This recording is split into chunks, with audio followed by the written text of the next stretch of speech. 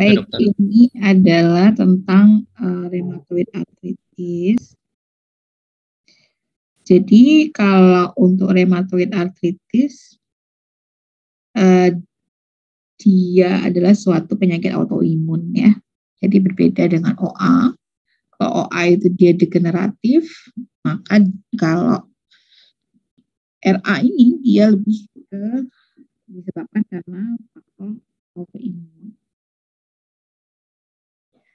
Nah,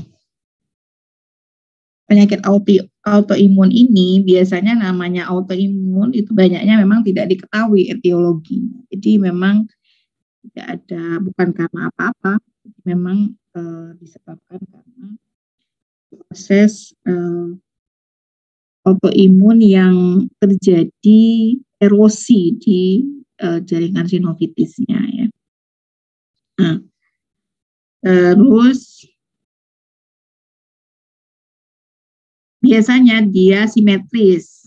Nah, jadi khasnya RA ini dia simetris dan pada beberapa kasus dia ada di jaringan ekstraartikuler. Artinya tidak semua dia di sendi, tapi ada keterlibatan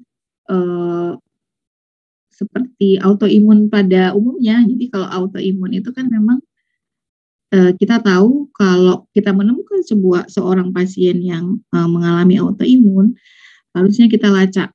Mesti dia nih autoimun itu nggak sendiri, gitu ya. Akan ngejak teman-temannya seperti itu. Nah, autoimun itu mesti dia nggak cuma satu organ yang dia sasar, mesti ada tempat lain yang kemudian terkena. Nah, sama seperti RA, ketika kita menemukan pasien RA, maka kita harus cari ada nggak kondisi atau yang terkena di jaringan ekstraartikuler. Misalnya dia di darah ya, atau kemudian di organ-organ yang lain, mata, sebenarnya itu masih sangat mungkin. Masih banyak yang bisa terjadi rheumatoid arthritis yang kemudian walaupun namanya rheumatoid arthritis tapi dia bisa mengenai jaringan ekstraartikuler. Nah, ini patofisiologinya ya. Jadi pada orang-orang yang terutama wanita memang banyak dipengaruhi oleh hormonal. Jadi pada usia produktif maupun menopause itu sama-sama punya potensi untuk terjadi RA. Jadi tidak harus selalu wanita muda. Ya. Kalau usia produktif kemungkinan besar dikarenakan karena kadar estrogen atau hormonal yang cukup tinggi sehingga dia menyebabkan terjadinya terbentuknya sel B autoreaktif yang produksi autoimunnya. Jadi kalau adik-adik ingat, kenapa sih seseorang itu bisa terjadi penyakit autoimun? Nah, di dengkotnya adalah sel B yang autoreaktif ini terlalu berlebihan responnya terlalu berlebihan, terlalu hiperaktif. Nah, kalau pada menopause itu bisa karena hormon estrogen yang terlalu rendah. Jadi hormon estrogennya terlalu tinggi nggak bisa memicu sel B autoreaktif ini. Kalau terlalu rendah itu juga nggak bisa. Jadi memang yang terduga untuk menjadi penyebab terjadinya autoimun itu adalah karena hormonal ya. Kalau pada kasus-kasus yang link dengan kromosom itu juga bisa. Jadi ada terjadi mutasi ya pada pasien-pasien yang bukan wanita seperti itu ya. Jadi kalau pasien laki-laki dia kemungkinan besar karena terjadi mutasi sehingga alel DHLA-DR B4 ini yang paling banyak ditemukan pada pasien-pasien dengan RA atau kebiasaan merokok ya. Jadi kalau laki-laki dia merokok bisa aja kena RA karena terjadi proses hidrolinisasi ini. Nah, diagnosisnya bagaimana? Kalau pakai ACR Euler yang 2010 kita lebih ke klinis ya. Kenapa? Kalau seseorang itu sudah mengalami RA dan ada gambaran radiologisnya, maka itu artinya sudah sangat terlambat. Ya, makanya kalau penentuan atau kriteria klasifikasinya itu lebih karena klinisnya. Jadi kalau di situ nanti jawabannya ada tentang ronsen dan sebagainya, itu nggak benar. Jadi kita harus melihat klinisnya. Klinisnya itu klinis dan laboratorium. Ya. Jadi di sini kriterianya itu semuanya klinis. Kalau ada lab syukur, tapi kalau enggak klinis dan lamanya itu sudah mencukupi. Misalnya gini, dia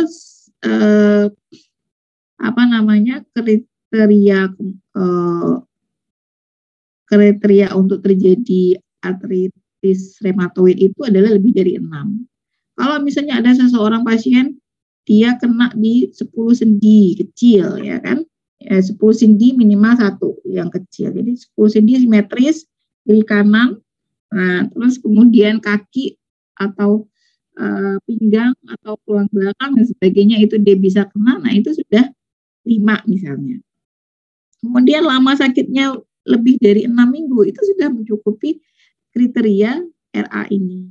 Nah, jadi klinis dan waktu onsetnya dia menderita itu sudah bisa menjadi masuk ke kriteria rheumatoid arthritis. Apalagi kalau ditambah misalnya dengan laboratorium gitu ya. Misalnya kita cek LED yang paling simpel, itu bisa kemudian sudah ada kenaikan, berarti memang bisa ke arah RA.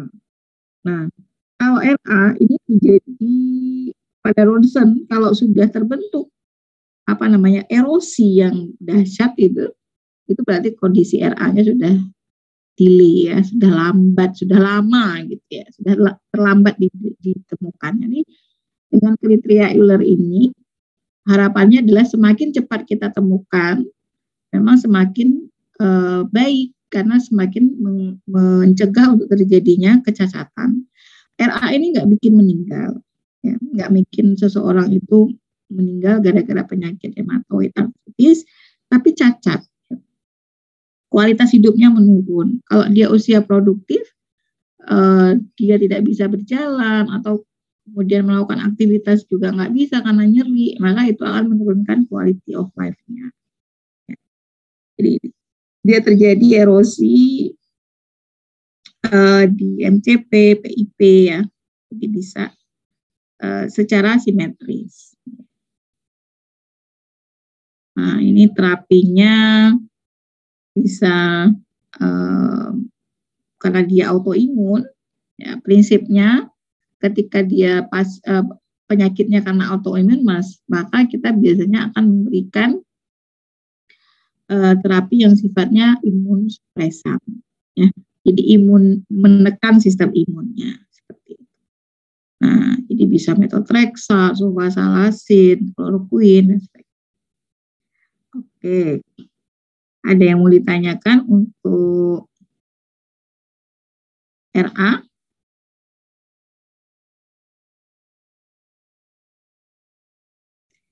Terus kita akan sedikit mereview untuk OA. Saya kemarin, kalau OA itu saya cari slide saya kok hilang. Jadi kita review biasa aja. Kalau untuk OA, dia penyebabnya karena degeneratif. Ya, karena degeneratif bisa primer, bisa sekunder gitu. Jadi kalau yang primer itu tidak diketahui penyebabnya, tahu-tahu dia OA aja gitu. Kalau yang sekunder dia disebabkan karena faktor metabolik, misalnya dia punya diabetes gitu ya, dia punya potensi untuk terjadinya OA. Kemudian obes ya, nah itu juga bisa terjadinya OA. Nah khasnya OA ya, osteoartritis itu adalah terjadi peradangan sendi di sendi yang sering menjadi tumpuan. Ya, ingat ya. Jadi dia sering jadi tumpuan. Misalnya orang ini sering buat berdiri atau jalan, nah, dia akan kena di sendi lutut. Kalau orang ini sering mulai adonan, misalnya kayak tukang masak atau tukang buat kue, ya dia biasanya OA-nya di manus misalnya. Kalau orang ini dia sering angkat junjung, Nah, angkat itu apa ya? Di sini ada yang kayak, bukan orang Jawa ya. Jadi kayak buruh-buruh angkut gitu ya. Nah, dia bisa kena OA di tulang belakang. Jadi di mana sendi yang sering dipakai untuk menumpu. Dan khasnya lagi dia, kalau dia pada fase awal-awal, dia dirasakan nyeri saat beraktivitas. Gitu. Jadi pas saat sendi itu dipakai gitu ya. Beda dengan RA, dia biasanya kan kekakuannya justru di pagi hari dan ketika beraktivitas dia lebih enteng, lebih enak gitu ya. Jadi dia, saya kaku, jadi saya tuh kok aku dok ketika pagi, tapi kalau udah dibuat nyapu, dibuat nyuci piring itu udah enteng. Itu bedanya. Ya. Tapi kalau OA, dia justru sakitnya itu buat ketika dia buat berjalan, nyeri naik tangga, nyeri kemudian buat berjalan. Jadi dia ketika sendinya itu dipakai, dia terasa nyeri, gitu ya. Terus itu tadi primer sama sekunder, ingat-ingat. Kemudian kalau penegakan diagnosisnya itu sama dengan RA. Pada OA itu dia lebih ke klinis dan radiologis. Dia tidak ada banyak perhitungan lab ya. Sebentar Pak lihatkan. Kayaknya di modul kalian juga saya lihat udah lengkap itu. Jadi alur penegakan diagnosisnya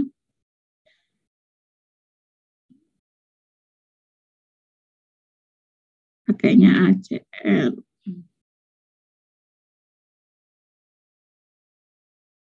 Jadi dia kalau di modulnya kalian tak lihat itu sudah lumayan. Jadi ada nyeri, kemudian kita temukan krepitasi ya. Terus kaku sendinya kalau dibuat kram-kram gitu ya kalau bahasanya itu. Kaki saya kram dok. Terus kemudian kalau buat berjalan tuh kayak ketarik-tarik nih seperti itu ya. Nyerinya kayak seperti apa, karena ada terjadi pengurangan atau kekurangan dari jaringan cairan sinovialnya. Nah, kemudian beda ya dengan RA. RA itu erosi. Ya. Bisa nggak RA plus OA? Bisa gitu ya. Kalau kemudian dia sudah berat, orang dengan RA pun bisa terjadi OA. Ya. Jadi dia sudah lama terjadi RA, dia kemudian terjadi infeksi di jaringan cairan sinovialnya itu, jaringan sendinya itu terinfeksi sehingga kalau kita keluarkan itu warnanya sudah keruh ya, keruh warna cairan sinovial. Ini yang penting itu perbedaannya, kemudian terapinya bersama. Kalau untuk awal-awal OA itu dia akan kita berikan analgetik ya, sesuai dengan fasenya, sesuai dengan derajat nyerinya. Analgetik kalau misalnya dia derajatnya masih di bawah 3, itu kita bisa kasih paracetamol. Terus kemudian 4-7 itu bisa dikasih yang analgetik yang NSAID ya. Terus kemudian di atas 7 itu kalau memang nyeri banget, tapi jarang sih biasanya, karena ini kan suatu penyakit kronis, mesti nyerinya itu juga fase-nya paling di bawah 7. Tapi kalau paling nyeri banget, misalnya pada RA disertai dengan OA misalnya gitu, itu juga bisa terjadi nyeri yang fase-nya tinggi. Nah, kita bisa kasih opioid ya. Gitu. Terus ada yang mau ditanyakan?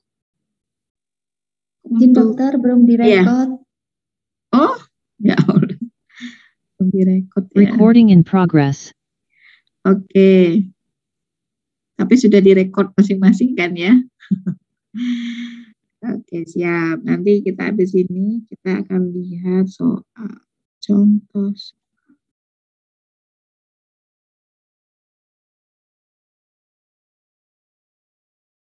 Izin dok, boleh bertanya dok? Ya, silakan. Iya, Diana dari FKULM dok. Izin bertanya, kan ada tata laksana dari OA itu yang pakai injeksi steroid intramuskular ya dok? Itu biasanya diberikannya apakah hanya pada grade 1, 2 atau 3, 4 juga bisa diberikan yang injeksi steroid itu ya dok? Terima kasih banyak dokter. Ya, sama-sama. Jadi kalau injeksi steroid itu emang tidak boleh sering, ya, tidak boleh dilakukan banyak-banyak kali gitu ya, karena itu akan merusak jaringan permukaan dari sendinya sendiri. Ya. Jadi kalau untuk satu kali kalau nyeri banget, kita bisa memberikan injeksi intraartikuler steroid itu pada saat dia OA eksaserbasi akut saja, ya, akut saja. Jadi jangan enak memang setelah itu pasiennya akan enak gitu. Jadi pasiennya itu habis dikasih OA, ketika dia nyeri banget, terus kita kasih injeksi steroid intraartikuler, dia enak, nyaman, terus ketika besok dia datang lagi minta disuntik lagi, itu tidak boleh dilakukan karena itu akan merusak jaringan dari permukaan kartilagonya. Jadi sekali ketika OA eksaserbasi akut aja. Nah, kalau kemudian dia sudah masih nyeri atau ada jangka panjang itu masih kerasa nyeri, maka kita berikan injeksi asam hyaluronik asid. Jadi bukan lagi kita berikan steroid. Ya. Steroid itu hanya boleh saat eksaserbasi aja. Jadi kalau kadang kan habis disuntik itu pasien enak, terus besok datang lagi pengen disuntik lagi, nah itu nggak boleh. Jadi hati-hati, ada teman-teman GP itu kadang karena pasiennya senang, habis disuntik juga enak, pasiennya bisa maco lagi, bisa nyangkul, bisa ngapa-ngapain, besok datang lagi. Nah lama-lama ketika dia sudah merusak jaringan kartilago itu, cairan sendinya itu sudah habis, itu akan terjadi deformitas. Sehingga kalau udah deformitas, dia akan cacat permanen. Itu akan merusak kartilagonya, itu akan permanen dan nggak bisa diperbaiki lagi. Dan kalau pasiennya jatuh, nah itu akan terjadi, kalau dia jatuh mudah terjadi fraktur, karena akan terjadi kayak osteopenia ya, jadi osteoporosis seperti itu. Jadi terjadi pengeroposan dari tulang disebabkan karena steroid jangka panjang. Itu Diana. Iya dokter, terima kasih banyak penjelasannya. Jadi saat eksaserbasi akut ya. Baik, ini kita coba untuk soal nomor 1. Siapa yang mau menjawab?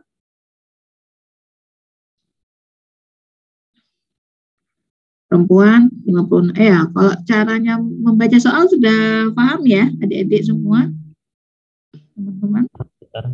Sudah. Jadi baca soalnya dulu, terus lihat vinyenya, lihat vinyenya apa yang kemudian jadi keterangannya. Jadi lihat soal dulu. Kadang soal itu menjebak, panjang benar soalnya, tahu-tahu pertanyaannya nggak ada kaitannya dengan soalnya. Siapa yang menjawab? Boleh mencoba dokter? Silakan. Siapa nih? Gak apa-apa, silakan. Indra. Siapa tadi? Iya, enggak dokter. Apakah diagnosis yang tepat? Seorang perempuan berusia 56 tahun datang ke puskesmas dengan keluhan nyeri kedua lutut dialami sejak 3 hari yang lalu. Nyeri dirasakan terus-menerus dan kedua lutut sulit digerakkan. Pasien sudah tidak bisa berjalan dengan normal. Pada pemeriksaan fisik didapatkan berat badannya 80 kg, tinggi badan 155 cm. Tanda vital dan batas normal, skala nyeri dengan visual analog scale 5.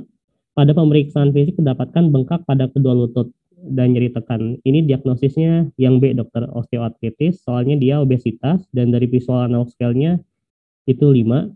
Untuk aktivitas juga sudah dirasakan nyeri, dokter. Ya. Kalau misalnya kita ini kan dia kedua lututnya 3 hari ya, jadi terus menerus suruh digerakkan. Nah, OA-nya pada pasien ini OA yang seperti apa? OA yang kronis atau secara waktu ya? Kalau misalnya jawab pertanyaannya ternyata nanti jawabannya ada OA akut, OA kronis, OA seperti itu, kira-kira adik-adik jawabnya apa? OA akut, dokter. Akut ya, karena masih 3 hari. Ya, jadi dari waktunya nanti bisa kita tentukan. Nah, ini khas ya, fisiknya bengkak, ada lutut, kemudian ada nyeri tekan, terus obes pasien ini, terus usianya juga di atas 56 tahun. Oke, benar ya jawabannya. Ada yang punya jawaban lain? Oh, artritis septik seperti apa? Ini sekalian kita mereview penyakit-penyakit yang lain. Ada yang pernah membaca dan untuk artritis septik?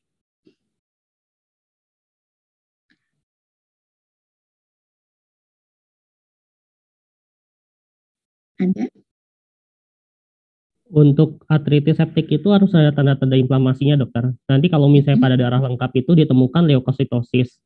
Terus kalau misalnya pada cairan sendi, neutrofilnya itu tinggi, dokter. Ya, terus yang paling sering menyebabkan artritis septik apa? Penyakit apa?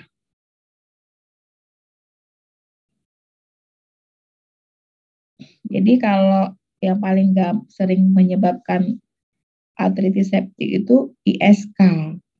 Ya. Jadi sering banget kalau orang dengan ISK terus datang lagi ke kita itu dengan nyeri sendi. Terus dicek darahnya AL-nya tinggi, kemudian bengkak. Nah, biasanya itu bisa jadi itu kan menyebabkan artritis septik.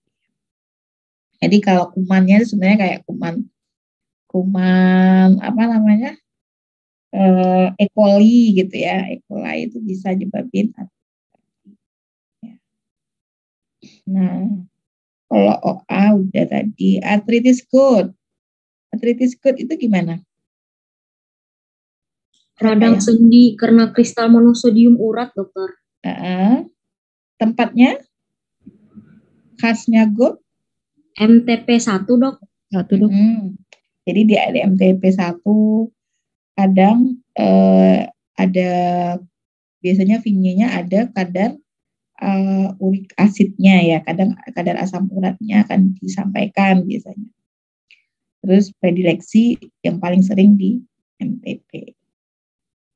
Nah, kalau artritis reumatoid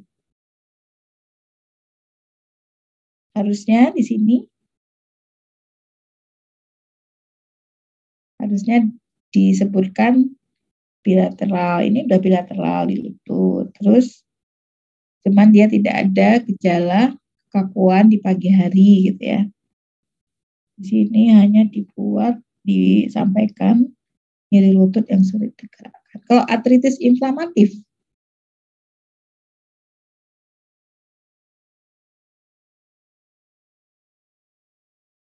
sama nggak sama artritis?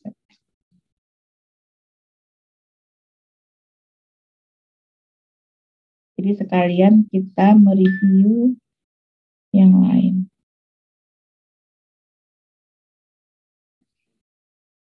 Siapa yang ada mencari?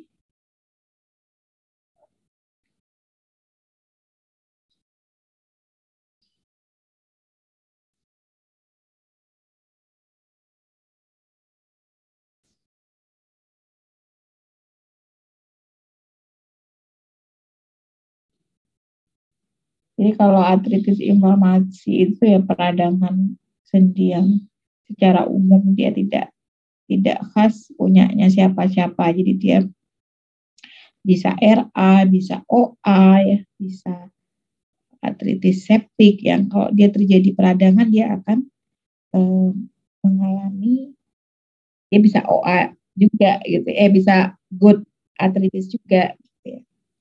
Jadi inflamatif itu secara umum kelompok artritis yang mengalami peradangan, bukan pembagian yang lebih spesifik.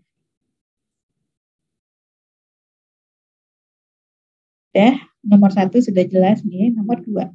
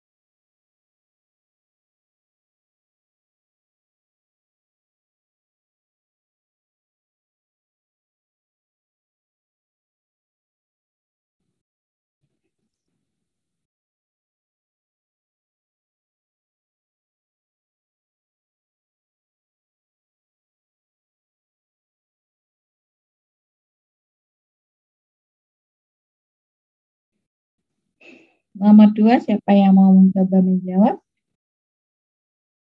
Thomas? Jadi. Iya dong. Apakah tata laksana awal yang tepat?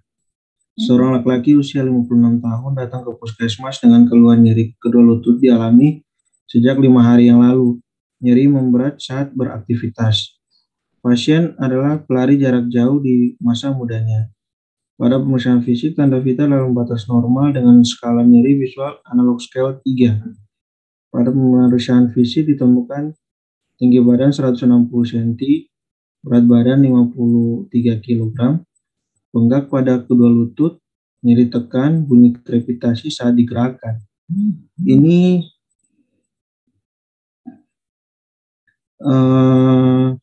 RA ya dok? RA apa? Pasiennya apa? Pasiennya RA bukan dok? Apa khasnya RA? Karena dia bilateral dok. Bilateral, terus apa lagi? Kemudian ada nyeri sama krepitasi dok. Krepitasi punya siapa dek?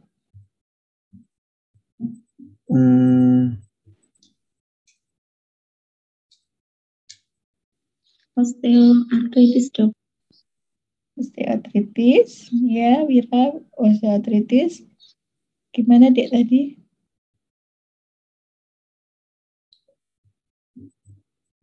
Dia osteoartritis dok. Ya dok? Thomas? Ya. Jadinya apa? Untuk tata laksananya pakai bisa paracetamol dok, yang B. B. Kenapa paracetamol? Harusnya sih yang tapi ini salah. Ketika kita akan memberikan obat, apa yang harus kita lihat?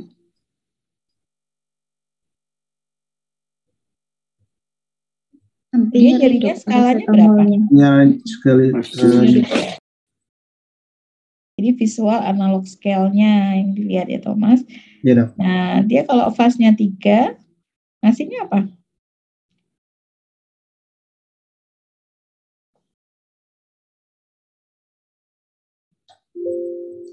Kalau fase analog scale-nya 3 masih awal nggak sih dok? Jadi masih paracetamol dok? Masih bisa paracetamol, oke. Terus kalau kita mau melihat pasien ini OA apa RA, kita lihat ini kan nyerinya memberat saat aktivitas. Terus dia dulunya adalah pelari ya. otomatis dia ini kan organ kakinya itu sangat-sangat terpacu ya sendinya, kemudian bengkak, ada nyeri tekan dan bunyi krepitasi. Ini adalah khasnya OA ya. Jadi kalau OA itu dia ada nyerinya itu saat memberatnya saat aktivitas. Kalau RA dia kaku di pagi hari. Itu ya bedanya ya Thomas. Nanti diingat-ingat. Ya dok, paham dok. Nggak apa-apa. Biar kita belajar, biar saling mengingatkan. Terus nanti untuk fas di bawah 4 ini bisa kita pakai paracetamol dulu. Nah, kalau kodein itu obat apa?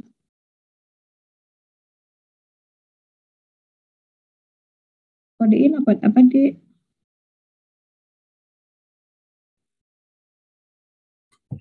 Obat batuk dokter. Obat batuk.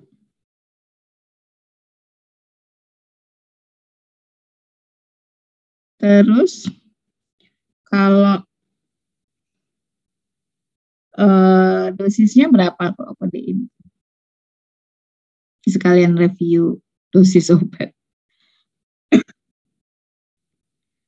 Kodein itu dia kan dosisnya kalau yang tablet itu 2 kali 10 mili. Karena kalau dia banyak banget dosisnya nih 3 kali 10, dia konstipasinya semakin berat. Jadi kita dosisnya itu 2 kali 10. Kemudian kalau paracetamol masih bisa maksimal sehari itu dikonsumsi 4 gram. Jadi 3 kali 1000 itu untuk kondisi untuk anti nyerinya gitu ya. Kalau diclofenac berapa dosisnya? 25 mg dokter. 25 dan 50 ya kan? Jadi ada 50. Tapi dosis pemberiannya itu dia di 2 kali 25 atau 2 kali 50. Bisa lah, maksimal 3 kali masih oke, tapi enggak 500 ya, 500 kemudian. Terus Celecoxib itu berapa mili? 200 mg dok. 200 mili atau 100 mg ya. Jadi dia dosisnya itu bisa 1 kali 100 atau 2 kali 100 atau 2 kali 200 atau 1 kali 200 ya. Jadi ini sekalian review. Kalau asam mefenamat nggak ada yang 25 mili, asam mefenamat itu 500 mili. Jadi dari kalau misalnya nggak tahu pun ini penyakitnya apa, dari sediaan obat ini aja kalian bisa mengetahui yang mana yang benar gitu ya, mana yang benar jawabannya. Jadi nggak tahu, misalnya ini nggak ngerti ini apa sih, apa yang harus dikasih, nggak ngerti, tapi lihat obat-obat sini aja itu adik-adik juga bisa memilih yang tepat obat dan sediaan dan dosisnya gitu ya. Oke, kita lanjut pertanyaan nomor 3.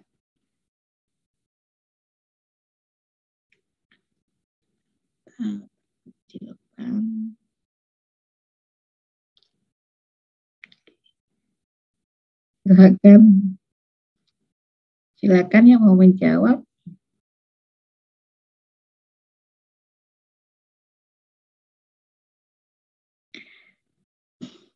Ada runselnya kayak gini nih. Diagnosisnya apa? Izin dok, mencoba menjawab. Iya. Seorang perempuan berusia 60 tahun datang ke poliklinik dokter umum dengan keluhan nyeri pada lutut kiri, terutama saat berdiri sejak 2 tahun lalu. Semakin hari nyeri dirasakan makin sering dan memberat. Pada pemeriksaan fisik ditemukan deformitas varus dan nyeri pada knie joint saat uji gerak pemeriksaan foto ronsen pada gambar. Ini grade 4 ya dok? Kenapa kok grade 4? Karena sudah terlihat adanya deformitas kontur tulangnya dok. Kayak nyatu gitu dok, yang celah sendinya tuh kayak yang bersatu gitu nah dok. Jadi sudah ada deformitas ya dok. Oke. Dan di atas juga disebutkan pada pemeriksaan fisik ditemukan deformitas varus. Jadi sudah kakinya itu bengkok ke dalam ya. Jadi varus itu kan dia berbentuk apa ya? Jadi dia sudah membuat adanya kakinya itu jadi bentuknya itu enggak seperti awal gitu. Jadi sudah ada deformitas seperti itu. Ada yang menjawab lain? Kalau OA yang grade 0 gimana? Tiana masih ingat OA grade 0? Kalau OA grade 0 masih yang keluhan fisiknya aja ya dok, masih belum ada kelainan pada tulangnya dok. Terus grade seperti itu dok, grade 0. Grade 1? Kalau grade 1 itu sudah ada penyempitan celah sendinya dok. Terus? Kalau yang grade 2 itu, kalau yang grade 2 itu ada penyempitan celah sendi ditambah dengan adanya osteofit dok.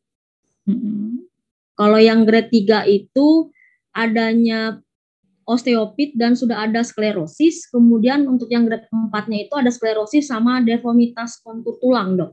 Ya.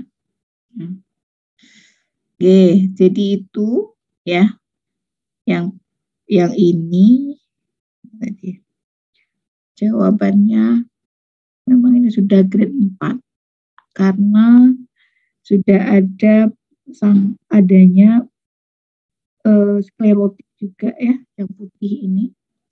Jadi itu sudah sklerotik, terus ada deformitas ya, apalagi tidak di ronsen, di pemeriksaan fisik aja sudah ditemukan deformitas. Ya. Sehingga ini emang udah grade 4, sehingga kalau grade 4 video saya. Kalau grade 4 ini ya harus dilakukan TKR, total knee replacement. Jadi harus dioperasi, diganti semuanya struktur dari tulang lututnya itu ya. Oke. Ada yang mau ditanyakan?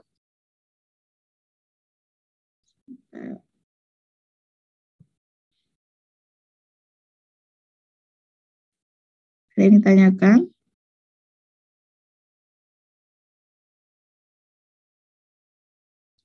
Ini masih OA. Masih kriteria. Kalau sudah nggak ada yang ditanyakan, kita lanjut pada